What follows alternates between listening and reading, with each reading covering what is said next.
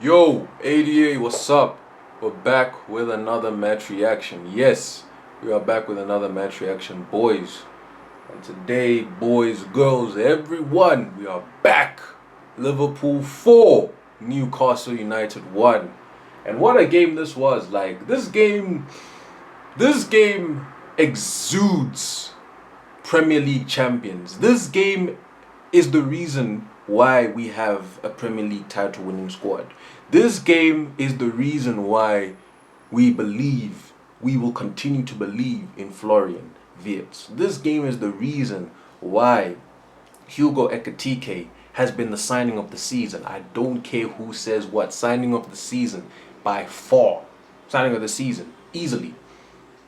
Best striker in the league after Haaland. Easily. But it wasn't a straightforward game. 35 minutes into the game, I think Newcastle were the better team. As you can see here, we dominated the game, majority of it. But around this time here, like 4 minutes, 7 minutes, 10 minutes, Newcastle had momentum. Newcastle were the better team. Newcastle were the better team. You know, they had a couple of chances on the counter attack. Before Anthony Gordon scored, really good goal from him, but we were getting killed in the transition. Like Newcastle were hurting us in the transition. They were hurting us on the counter. And this is something that I didn't like from the performance. I felt like we were too open in midfield. Like when we were attacking, we didn't have a rest defense, a proper stable rest defense in those first 30 minutes of the game, those 35 minutes of the game. Because I remember that's how Anthony Gordon's goal came from. It was one pass that was played, and then it was another pass that was played, and then before you know it, he has the ball, and then because Kirkesh slides but leaves one of his legs open, Gordon is able to just shoot the ball through Kirkesh's legs, and then it goes past Alisson. So it was a goal that was a good goal in terms of the finish, but it was avoidable because we should have stopped them from playing those passes because it was a transitional goal. It wasn't a goal where they broke us down, we were in a mid-low block. It was a transition-based goal. That's how Anthony Gordon scored.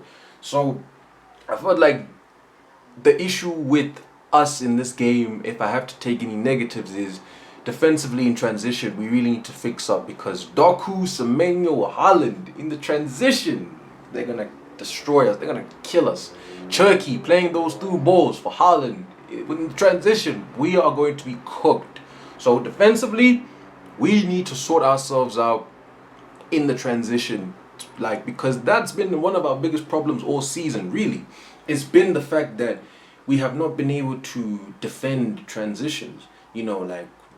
Part of the reason why we can see a lot of goals is not just because we don't defend set pieces well, but it's also because of transition. In transition, we get overrun, our midfield gets bypassed way too easily. But after 35 minutes, after Anthony Gordon scored, we were on top. We were the better team. Second half, we were by far the better team. And as you can see, we had 7 big chances to their 0, which shows that we deserve to win the game. The XG was way in our favor, and we didn't even have a penalty, but look at how high our XG is.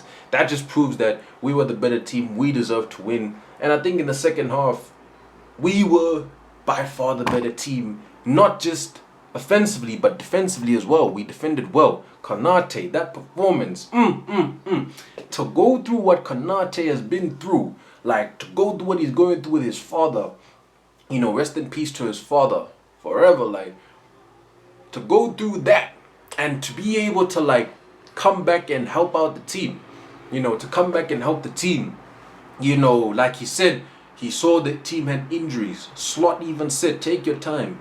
But he saw we had injuries. He saw, we've been struggling defensively. And he was like, nah, let me come back. And what a performance. Marcel Desailly, Maldini, bro. Ibrahima Desailly, bro. Ibrahima Maldini, Ibrahima Nesta, bro. What a performance from Konate, composed on the ball as well. He was absolutely man of the match by far. Not just because he scored, but the performance, the circumstances. Hugo Ekitike as well. What a goal. That second goal, Luis Suarez-esque, bro. Like Thierry Henry, bro. Like, we are looking at the reincarnation of Thierry Henry. Like, Hugo Ekitike, like, the sky is, bro, not even the sky is the limit. Hugo Ekitike's ceiling, bro. We're talking 2-3 Ballon d'Ors. I'm not even joking. Like, 2-3 Ballon d'Ors. Like, you see after Mbappe, you see when Mbappe retires eventually, you see when Mbappe retires, Hugo Ekitike will be the future of France. He will be the future of France. This guy has everything you want in a center forward, bro. He is good in the air. He is good in the box. He has good movement. He has good link-up play. He has very good dribbling. He can shoot. You know, he can score with both feet. You know, he can score. Though that kind of finish, only elite level strikers, R9, Van Basten, only those kinds of strikers can score that type of goal, bro. It's not like your average Premier League striker. Only the elite can improvise and shoot like that. The fact that he was able to do it, another player would have shot with his left foot, would have passed it to Salah, who was open. But Ekitike has the confidence and the technical ability, just toe poke into the far corner. Like, one of the best goals of the season, best goal he has scored in a Liverpool shirt, and he scored some really great goals. But Hugo Ekitike, man, what a player, what a performance. Florian Wirtz as well. We are really starting to see why we paid that money for Florian Wirtz. And the whole team was good today, but Florian Wirtz, this guy got 1 goal, 1 assist, you know. He didn't really create as many chances as he usually does. Usually when Liverpool play, he's the one that creates the most chances. But he got a goal and an assist. Incredible performance, like defensive contributions, 9. And I think we're really starting to see Florian Wirtz adapt to the Premier League. We're starting to see him settle in the Premier League. And there were actually reports from Dave O'Cop, like this Liverpool journalist, really good journalist. He said, he made a post saying Wirtz has bulked up. He's added like 2-3 kgs. Like, he's working in the gym. Like, I think somewhere else they also said he's added weight, like muscle, not weight, because he's still healthy, but he added muscle. And we're starting to see, because physically, people can't bully him off the ball. You know, like, when he started, right, when he first came into the league, first couple games, he struggled to adapt to the pace of the league. He struggled to adapt. You know, he was taking too long on the ball. People were shrugging and pushing him off the ball. But now that he's gotten stronger, now that he has more confidence, he's dribbling, bro. He's moving. He's dribbling through players. He's like, he is really starting to show us why we paid 115 million, bro. He's starting to show us why we paid 100 million, bro, for him. He's starting to show us. He's starting to show us. Like, and all you people that said he was going to be a flop, stay on that side, bro. Stay on the side of, oh, he's going to be a... Don't be like, oh, I knew he was good. No. 007, 00... Stay on that side, bro. Like, real Liverpool fans believed in him, bro. Because when you see talent, when you see somebody's talented, even if they don't show you that talent immediately, you'll still believe in it. And they will come good. Because the talent, the class never disappears. Form is temporary, class is permanent. Florian Wirtz, he is a perfect example of it. Perfect example of it. You know, and he was really great today defensively as well. 9 contributions. He's working hard off the ball as well. And it's really great to see, man. It's really great to see him coming into his own now. You know, I always believed in him. I never really doubted him.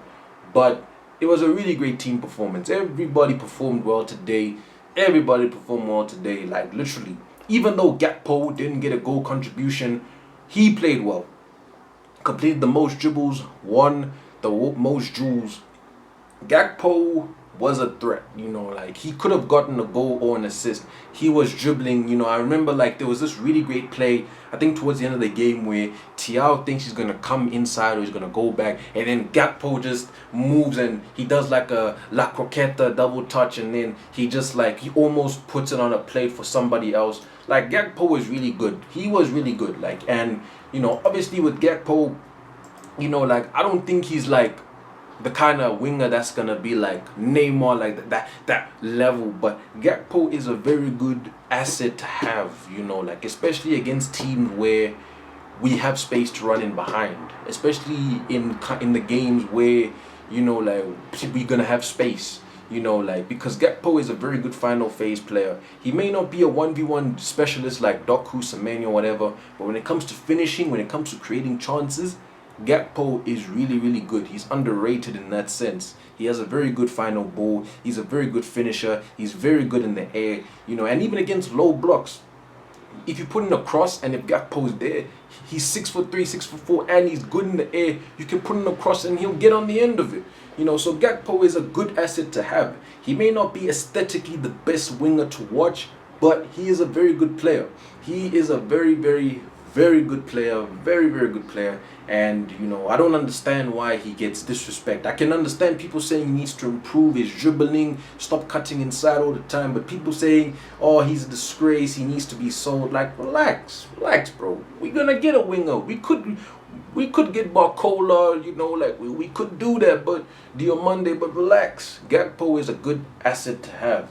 But, you know, overall, like, it was a really good performance. You know, McAllister, you know, 7.3, you know, it doesn't do him justice. He, as always, playing in between the lines, winning back the ball, IQ, intelligence, defensively as well, tracking back. McAllister is the complete midfielder. Even in the box, you know, he's very good at getting on the end of crosses and heading the ball. Even though he's short, he's got a very good jump on him. And McAllister is a very intelligent player. There's a reason why he was integral towards Argentina winning the World Cup. You know, Ryan Hullet, you know, impeccable as ever defensively. He was amazing. You know, like, he can play all over the pitch, Ryan Hullet, you know, like, defensively, he's tracking back, he's playing in between the lines. I remember there was this one through ball he played for Ekitike, really great through ball. Ekitike chips Pope, but Pope makes a good save. Like, Havenberg, he is really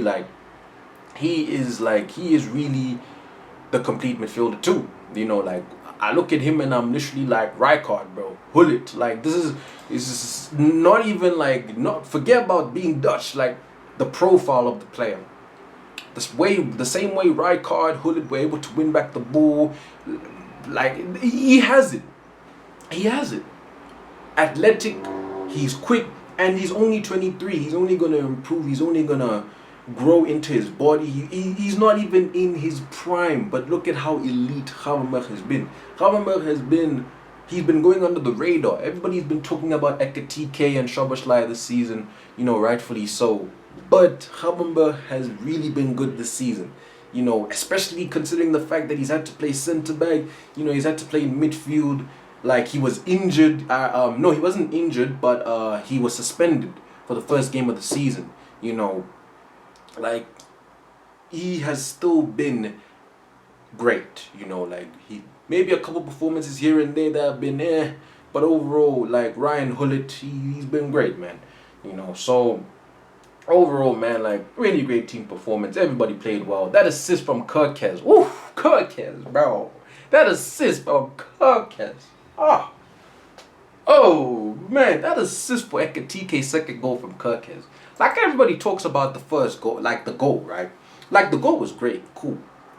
The goal was really good. Ekitike, you know, fantastic finish. Like, Ekitike, like, I love this guy. Like, this guy changed my life, bro. Like, Ekitike, like, mon frère, like, merci, bro. Like, merci, bro. But Kirkes' pass, bro, that pass from Kirkes, like, the weight of pass, like. And that's actually something that I want to give credit to Arne Slot, because he instructed the players to play those kinds of passes. He instructed the players to be more direct, be more vertical. Because in a lot of games this season where we struggle to break down low blocks, we struggle to create chances, big reason for that is because we struggle to play the ball quickly. We're too lethargic, too slow, too predictable on the ball. We don't play with pace. We don't play with incision.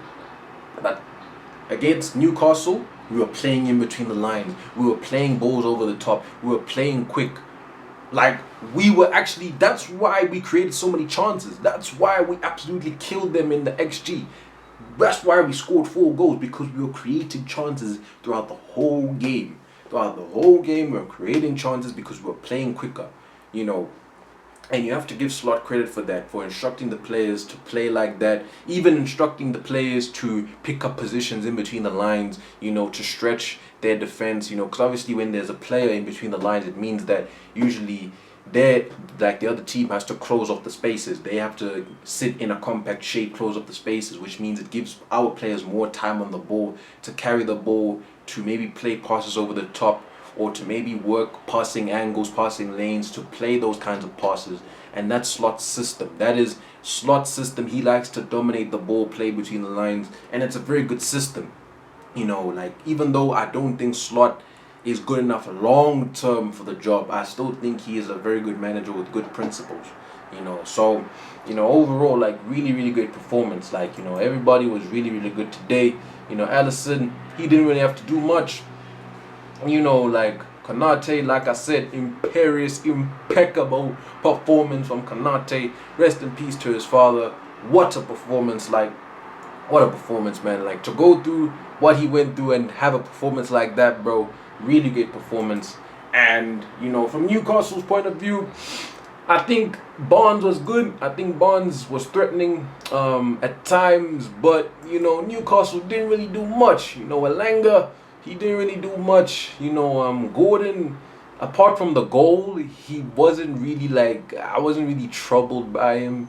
Like, you know, Newcastle, like, they didn't really, you know, they didn't really, like, you know, amaze me, you know, if I'm being honest. Even when Baltamada came on, when Vissa came on, I wasn't really, like, scared, you know. I wasn't really scared. You know, I wasn't really scared, I can't lie. But yeah, man, like, really great performance. Salah with an assist as well. Really, really good performance from Salah. Like, and that's the thing, Salah, he can have a good performance, but if it's not like a 10 out of 10, like, it's considered a bad performance. Salah had a good performance. He had an assist, he created chances, he was in the game, you know. Like, there was actually one moment where he actually didn't do well. Like, Gakpo was open, right? But he didn't make, Gakpo and Wirtz were in the box, but he took too long. You know, that's the only criticism I can have from Salah. But apart from that, Salah was really good. He was really good in this game. So, overall, man, really good performance on the boys. You know, like, to win like that, like Anfield, even the atmosphere at Anfield was amazing. You know, really great performance. And I think all we can do is just stay humble and just focus on the City game, you know, because City, that's going to be tough, you know. Like, that is going to be a real test. City beat us this season embarrassingly, so we need to, like, win, not just to get revenge, but also to secure our spot in the Champions League places, you know, because we have to get Champions League football no matter what. We have to do that. So yeah, overall, really, really good performance. On to City next. It's going to be a tough game, but we have a really good record against City at Anfield, and I think we can definitely beat City, especially, like, if we can dominate the midfield, like, if we can overrun their midfield, like, if we can make Rodri do a lot of work, if we can hurt their defense, you know, like, in the transition, because City don't have the fastest defenders, you know. Like, Gay, great defender, but he's not that fast. You know, we can get at Manchester City, I'm telling you. If we play our cards right, we will beat Man City, 100%. And for them, if they don't beat us, they can kiss the title goodbye, you know. They have to beat Spurs today, but yeah, that's them, you know. I'm not really concerned about them, just happy that Liverpool won. And yeah, that's the end of the match reaction, boys. African Don, signing out.